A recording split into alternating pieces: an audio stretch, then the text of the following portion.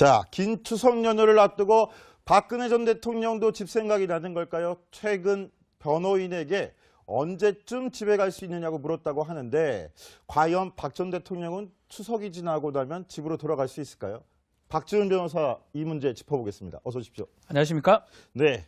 자, 어제 재판 얘기부터 한번 짚어보고 싶은데 이영선 전 청와대 행정관 재판이 있었죠. 어제 저희도 짤막하게 전해드리기로 했었는데 기치료 아줌마가 직접 재판장에 나와서 시연까지 했어요. 왜 그렇게 진행이 된 겁니까? 자, 기치료 하면은 제가 찾아보니까 우주의 패러다임을 받아들이는 원리, 기를 우주의 패러다임에 따라서 잘 흐르게 하는 그런 치료를 기치료라고 한다라는 게 기치료 학회 같은 사이트에 있더라고요. 근데 이제 재판부는 사실 기치료가 좀 생소하잖아요. 그래서 직접 기치료 아줌마에게 시연을 부탁을 한 겁니다. 지금 보시는 것처럼 그래픽처럼 이렇게 매트를 깔아놓고 그 위에 여성 법정 경위를 눕히게 한 다음에 그 위에 이렇게 안마를 하듯이 등이나 허리를 이렇게 만지는 듯한 그런 진료를 했는데요. 이 기치료 아줌마가 이렇게 얘기를 했습니다. 시연을 하면서 근육이 뭉친 곳을 풀어주고 손바닥을 대면 기가 통하면서 뭉쳤던 게 풀려나간다라고 얘기를 했고요. 박 전 대통령의 경우 일반 사람보다 몸이 약해서 손만 대도 뭉친 게 풀렸다. 그러니까 근육이 아니라 기가 뭉친 게 풀렸다. 이렇게 얘기를 하면서 기치료에 대해서 설명하는 듯한 장면이 연출됐습니다. 자, 이거 박지훈 변호사께 여쭤보고 네. 싶은데 지금 이 재판에서 이 기치료가 왜 의료 행위냐 아니냐 이걸 계속 이렇게 집요하게 따지는 겁니까? 그렇습니다. 그 이유가 궁금한데. 이영선 전 행정관 같은 경우는 의료법 위반 방조죄로 지금 1심에서 1년형을 선고를 받았는데 그게 그겁니다. 무면허 의료행위를 하는데 도움을 줬다라는 거거든요. 이 기치료 아줌마가 의료행위를 하는데 출입을 시킴으로써 도움을 줬다는 건데 만약에 이 기치료 행위가 의료행위가 아니라 그러면 무면허 의료행위가 될 수가 없고요. 이영선 전 행정관의 1심의 유죄도 그 부분은 무죄가 될 수가 있습니다. 아, 그렇군요. 그래서 의료행위가 맞냐 아니냐를 판단받기 위해서 법정에 이제 시연하는 모습을 보인 것으로 보입니다. 네, 박 전 대통령은 사적 영역이고 국가에 손해를 절대 입히지 않았다고 주장했었는데요. 당시 박 전 대통령의 이야기 한번 들어보겠습니다. 저는 이제 한번 몰두를 하면 시간 가는 줄 모르고 계속 챙기다 보면 어느새 몇 시간 지나고 그러니까 저녁 때 되가 되면 이제 더 허리도 아프고 막 어깨도 아프고 아플 수도 있고 또 그러다가 이제 여기저기 이렇게 좋은 그 약이 있다 그러면 또 할 수도 있고 그런 거를 일일이 다 까발려서 한다는 거는 좀 너무나 민망하기 그지없는 다 누구나 사적 영역이 있고 국가 일을 하는데 국가에 손해를 입혔다거나 그런 적은 한 번도 없다고 저는 생각합니다. 노원재 기자, 박근혜 전 대통령 저렇게 해명할 때가 언제였죠? 일단은 그 탄핵 상태에 있을 때 출입 기자단을 이제 저곳이 바로 상춘제인데요. 탄핵 심판을 받던 네, 도중이었군요. 탄핵 심판을 예. 받던 도중에 일단 국회에서 이제 탄핵 소추 상태에 놓였을 때 업무는 정지됐었고 출입 기자들을 이제 그 상춘제로 불러서 했던 해명인데 그 당시에 이제 본인이 받고 있는 그 이런 비선 진료 이런 의혹에 대해서 몸이 안 좋은 상황을 좀 얘기를 하면서 뭔가 일일이 좀 사적 영역인데 밝힐 수는 없는 거 아니냐 이런 식으로 적극적으로 설명을 하는 그런 모습입니다. 자, 박지훈 변호사, 네. 지금 박근혜 전 대통령 해명을 저희가 들어봤을 때 이거 무슨 국가에 큰 손해를 끼친 적이 없다, 문제 없다라고 이렇게 주장을 하던 모습이었는데 문제 없습니까? 일부는 맞죠. 일부는 크게 손해 기치를 받는다 해가지고 갑자기 국가 재정이 팍 파탄 나는 것도 아니고 또 본인의 돈으로 했을 가능성도 배제할 수 없기 때문에 일부는 분명히 맞지만 그러나 대통령의 위치라는 게 중요합니다. 대통령이라는 위치가 그 몸을 본인의 개인 몸이라고 보기는 어렵거든요. 기치료라는 게 본인은 믿을 수가 있지만 일반적으로 통용된 의료기술이 또 아닐 뿐더러 그 안에 의료시설들이 다 있습니다. 대통령이 중요하기 때문에 그 의료시설을 이용하라고 하는 거기 때문에 사실은 손해를 끼친 부분하고 이 의료 행위를 받는 거는 좀 다른 부분이라고 생각하는 그렇게 봐야 되지 않을까 생각이 듭니다. 네, 알겠습니다. 어찌됐건 간에 박근혜 전 대통령은 아직까지도 계속 억울하다, 나는 무죄다 이렇게 항변하고 있는데 강병규 기자, 그 때문일까요? 최근 변호인들한테 내가 언제쯤 집에 갈 수 있느냐라고 물어봤다는데 이건 어떤 사정에서 이런 말이 나온 겁니까? 네, 사실 측근들의 말에 따르면 박근혜 전 대통령 이 재판이 흘러가는 것을 상당히 좀 순조롭게 보고 있다 이렇게 얘기가 나왔습니다. 그래서 박근혜 전 대통령 언제 집에 돌아갈 수 있나요? 라면서 집에 갈 이제 생각을 좀 하고 있다라는 얘기가 나오는데 사실 그래서 이 측근에 따르면 한편 또 변호인단이 좀 희망에 찬 그런 소식만 전달하는 거 아니냐라고 얘기까지 한 바가 있었습니다. 박근혜 전 대통령 지금 구치소에서 1,440원짜리 밥 3끼를 먹고 있고요. 빨래도 스스로 돌리고 있고 그리고 발가락 아프고 허리 아프고 그리고 역류성 식도염이 있다는 것을 얼마 전 건강검진 통해서 드러난 바 있지 않습니까? 이렇게 힘든 구치소 생활 빨리 끝내고 싶을 겁니다. 그런데 이렇게 재판을 그런데도 이제 이렇게 그렇기 때문에 좀 법률단에게 언제 집에 돌아갈 수 있는 거죠? 라고 상당히 재촉하는 그런 얘기를 했던 겁니다. 자, 이게 재촉하는 네. 이야기였을까요? 아니면 일각에서는 특검이 지금 영장 다시 추가로 요청을 하고 이런 상황을 제대로 인식하지 못하는 거 아니냐, 너무 희망적인 말만 들은 거 아니냐 이런 얘기도 나오던데. 후자라고 봅니다. 네. 지금 변호인이 유영하 변호사만 접촉하는 걸로 보이는데 제대로 알려줘야 되거든요. 저희도 변호사를 하면서 최악의 경우를 얘기해야 되고 상황을 계속 얘기를 해줘야 되는데 아마 최상의 결과라든지 진행 상황을 조금 왜곡해서 알려주는 게 아닌가 싶습니다. 물어볼 수가 없는 질문이거든요. 사실 추가 구속이 될 가능성이 높아 보이는 상황에서 내가 언제 집에 가냐라는 질문 자체를 한다는 게 아마 변호인하고 의사소통이 좀 제대로 안 된 거 아니냐라는 게 제 생각이기도 하고요.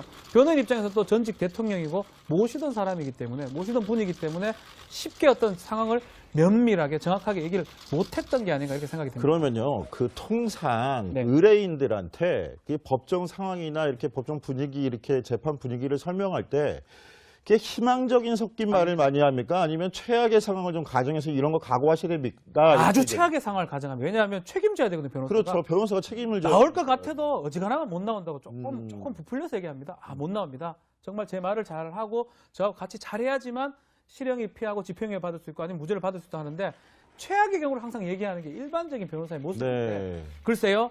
지금 상황에서는 박 전 대통령의 어떤 위치도 있고 또 전직 대통령이기 때문에 변호인단이 명확하게 아마 얘기를 좀 못했던 부분이 있지 않을까 생각이 됩니다. 자, 그만큼 박근혜 전 대통령이 지금 면회도 사람을 가려서 받고 한정적으로 받기 때문이 아니냐 이런 또 해석도 나오는데요. 노은지 기자, 지금 구속 이후에 박근혜 전 대통령을 면회했던 일반인들의 소식은 못 들은 것 같은데. 예, 일반인은커녕 가족조차 안 만났잖아요. 그렇죠. 서양인- 올케인 서양희 네. 변호사도 못 만나고 돌아갔지 않습니까? 그렇습니다. 지금 일반 접견은 다 거부를 하고 변호인 접견만 하고 있는 상황이라서 만나는 사람이 유영하 변호사밖에 없다고 하는데 최근에도 이제 박근혜 전 대통령을 만나려고 노력했던 친박 인사한테 물어봤더니 박 전 대통령이 유영하 변호사 외에는 일절 면담을 거부해서 아직까지도 만난 그 의원들이 없다라고 하더라고요. 지금 일단은 좀 전에 듣기로는 박근혜 전 대통령이 뭔가 다른 사람들을 만나서 길게 말하고 싶지 않은 그런 상황인 것 같다. 그렇기 때문에 뭔가 아무리 자기랑 가까웠던 측근 인사라고 해도 직접 대면하는 걸 좀 피하는 그런 상황 아닌가 이렇게 분위기를 전했습니다. 네, 강병 기자. 그런데 네. 이렇게 바깥에서 면회도 거부하고 들어오는 사람 안 만나겠다고 하는 박근혜 전 대통령 대신에 편지는 좀 많이 온다고 하더라고요. 얼마 예. 정도 나오는 겁니까? 일단 면회는 거부했지만 바깥 소식은 상당히 궁금한 것 같습니다. 일단 박근혜 전 대통령이 이제 재판이 없는 날에는 구치소에서 계속 책이나 이제 편지를 읽는다고 하는데 책은 익히 다 아시겠지만 영어 사전을 주로 읽는다고 했고요. 편지를 읽는데 편지가 상당히 좀 많이 오는 걸로 좀 알려져 있습니다. 하루에 구치소로 10통에서 20통 정도가량이 박근혜 전 대통령 앞으로 온다고 하고요. 한 6개월 정도 다 됐으니까 거의 한 2,000여 통 정도 지금 온 것으로 추산이 되는데 이 편지들을 하나하나 꼼꼼히 읽으면서 바깥 소식을 듣는다고 전해지고 있습니다. 아, 편지는 있는군요. 네. 자, 박지훈 변호사, 네. 지금 내일부터 이제 추석 연휴예요. 장장 10일 동안 추석 연휴인데 그렇죠. 이 10일 동안 법원도 쉬어야 되니까 법원 공무원들도 재판은 열리지 않지 않습니까? 맞습니다. 박근혜 전 대통령 결국은 구치소에서 열흘 동안 머물러야 되는데 지내야 되는데 어떻게 명절 때는 좀 어떻게들 지냅니까? 많이 힘듭니다. 사실은 이 구치소 생활 자체가 오히려 휴일보다 토요일보다는 평일이 조금 낫습니다. 아. 변호사를 만날 수도 있고요. 아, 사람을 만날 수 예. 있으니까요. 근데 휴일이고 이 휴일이 뭐 하루 이틀이 아니고 지금 한 10일 정도가 그렇죠. 지금 쭉 연속이 되기 때문에 박 전 대통령이 상당히 외로움을 느낄 가능성도 있고요.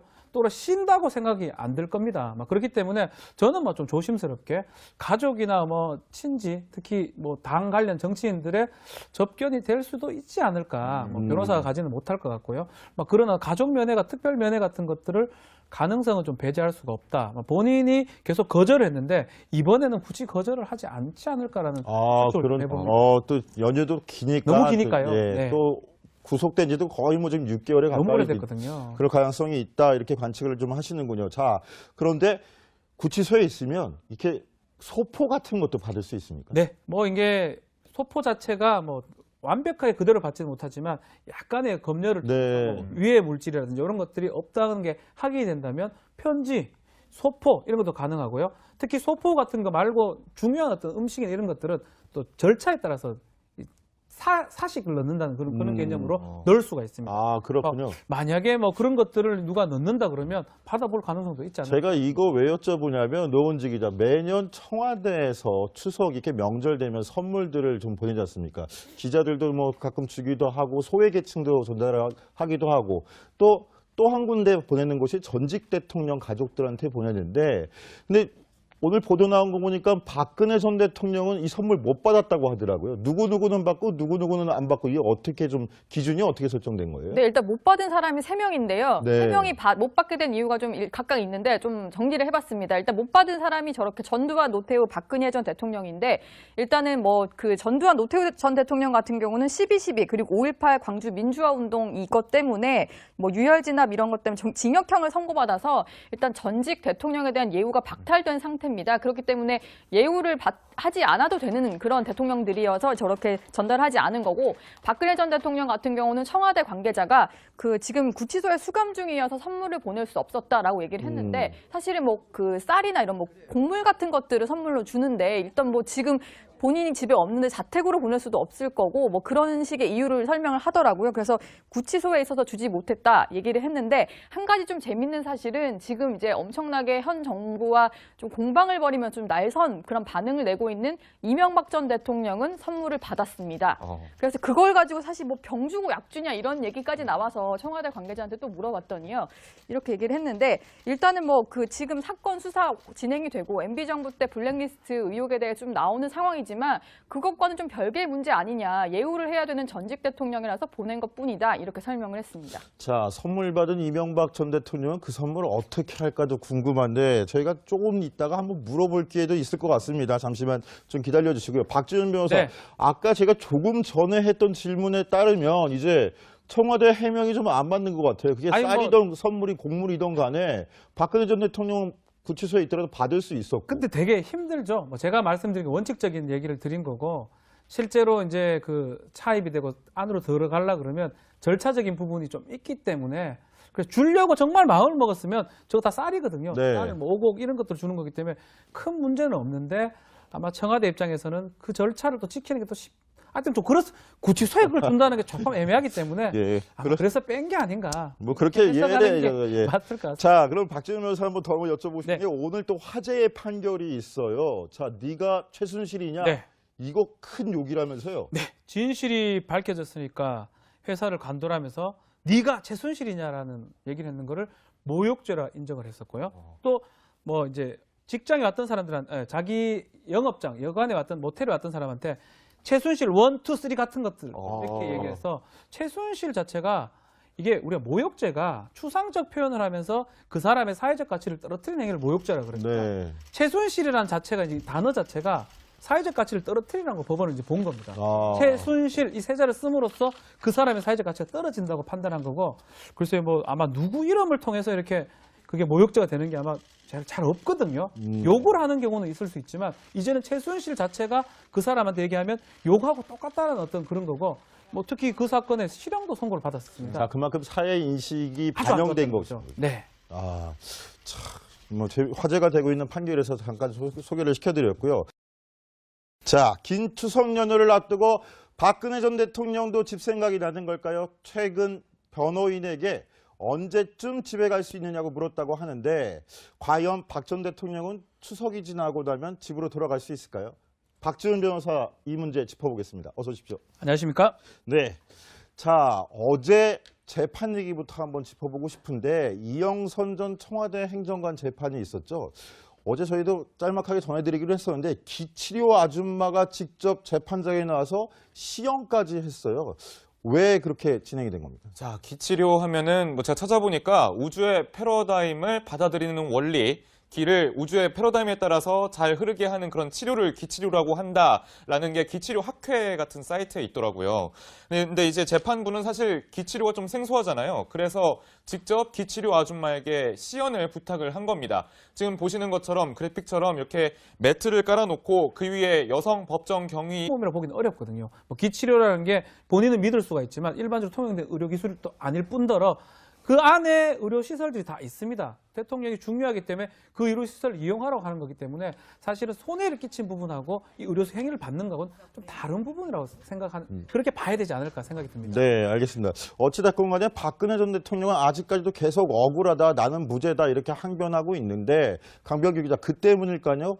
최근 변호인들한테 내가 언제쯤 집에 갈 수 있느냐라고 물어봤다는데 이건 어떤 사정에서 이런 말이 나온 겁니까? 네, 사실 뭐 측근들의 말에 따르면 박근혜 전 대통령 이 재판이 흘러가는 것을 상당히 좀 순조롭게 보고 있다 이렇게 얘기가 나왔습니다. 그래서 박근혜 전 대통령 언제 집에 돌아갈 수 있나요? 라면서 집에 갈 이제 생각을 좀 하고 있다라는 얘기가 나오는데 사실 그래서 이 측근에 따르면 한편 또 변호인단이 좀 희망에 찬 그런 소식만 전달하는 거 아니냐라고 얘기를 눕히게 한 다음에 그 위에 이렇게 안마를 하듯이 등이나 허리를 이렇게 만지는 듯한 그런 진료를 했는데, 시연을 했는데요. 이 기치료 아줌마가 이렇게 얘기를 했습니다. 시연을 하면서 근육이 뭉친 곳을 풀어주고 손바닥을 대면 기가 통하면서 뭉쳤던 게 풀려나간다라고 얘기를 했고요.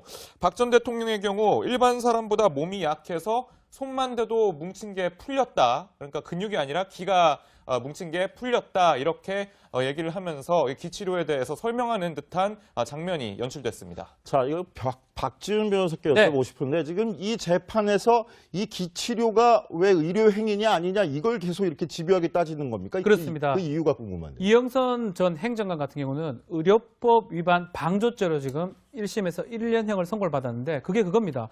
무면허 의료행위를 하는데 도움을 줬다라는 거거든요. 이 기치료 아줌마가 의료행위를 하는데 출입을 시킴으로써 도움을 줬다는 건데 만약에 이 기치료 행위가 의료행위가 아니라 그러면 무면허 의료행위가 될 수가 없고요. 이영선 전 행정관의 1심의 유죄도 그 부분은 네. 문제가 될 수가 있습니다. 아, 그렇군요. 그래서 의료행위가 맞냐 아니냐를 판단받기 위해서 법정에 이제 시연하는 모습을 보인 것으로 보입니다. 네, 박 전 대통령은 사적 영역이고 국가에 손해를 절대 입히지 않았다고 주장했었는데요. 당시 박 전 대통령의 이야기 한번 들어보겠습니다.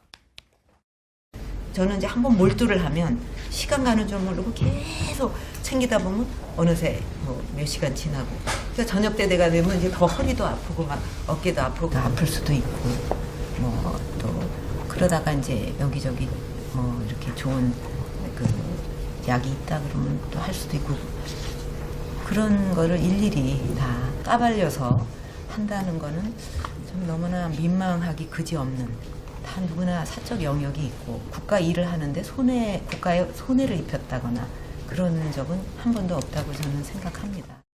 노원재 기자, 박근혜 전 대통령 저렇게 해명할 때가 언제였죠? 일단은 그 탄핵 상태에 있을 때 출입 기자단을 이제 저곳이 바로 상춘제인데요. 탄핵 심판을 받던 네, 도중이었군요. 탄핵 심판을 예. 받던 도중에 일단 국회에서 이제 탄핵 소추 상태에 놓였을 때 업무는 정지됐었고 출입 기자들을 이제 그 상춘제로 불러서 했던 해명인데 그 당시에 이제 본인이 받고 있는 그 이런 뭐 비선 진료 이런 의혹에 대해서 몸이 안 좋은 상황을 좀 얘기를 하면서 뭔가 일일이 좀 사적 영역인데 밝힐 수는 없는 거 아니냐 이런 식으로 적극적으로 설명을 하는 그런 모습입니다. 자, 박지훈 변호사, 네. 지금 박근혜 전 대통령 해명을 저희가 들어봤을 때 이거 무슨 국가에 큰 손해를 끼친 적이 없다, 문제 없다라고 이렇게 주장을 하던 모습이었는데 문제 없습니까? 일부는 맞죠. 일부는 뭐 크게 손해 기출을 받는다 해가지고 갑자기 국가 재정이 팍 파탄 나는 것도 아니고 또 본인의 돈으로 했을 가능성도 배제할 수 없기 때문에 일부는 분명히 맞지만 근데 대통령의 위치라는 게 중요합니다. 대통령이라는 위치가 그 몸을 본인의 개인